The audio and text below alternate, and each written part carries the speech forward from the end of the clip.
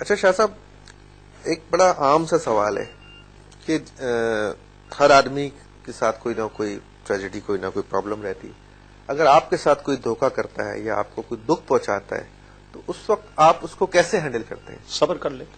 صبر کرتے ہیں. ہاں، اور ایک حدیث شریف میں ہے کہ انا للہ و انا الیہ راجعون آدمی پڑھ لے تو صبر تو اپنی جگہ، ثواب بھی پاتا ہے.